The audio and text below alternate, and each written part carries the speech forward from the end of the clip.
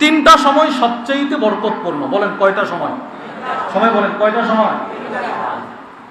পাকিস্তানের একজন বড় আলেম আছে, মাওলানা ইবাদুল্লাহ খান সাহেব। ওনার অনেক সুন্দর সুন্দর বয়ান, এর ভিতরে একটা বয়ান আমি শুনছি। তিনটা সময়। এক নাম্বার, তাহাজ্জুদের সময় থেকে ফজরের আজানের আগ পর্যন্ত, এই সময়টা সবচাইতে বরকতপূর্ণ।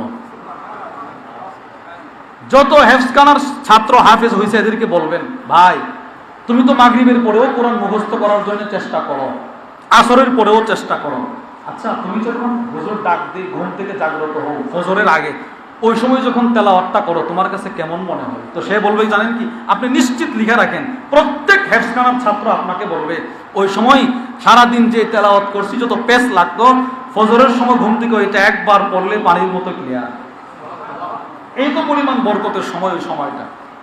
তাহলে এক নাম্বার, তাহাজ্জুদ থেকে ফজরের আজানের আগ পর্যন্ত এই সময়টা কি না বলেন সবচেয়ে বরকতপূর্ণ? বলেন, আবার বলেন সবচেয়ে। দুই, ফজরের আজান থেকে ফজরের ওয়াক্ত শেষ হওয়ার আগ পর্যন্ত, ফজরের আজান থেকে ফজরের ওয়াক্ত, এটা দ্বিতীয় বরকতপূর্ণ সময়।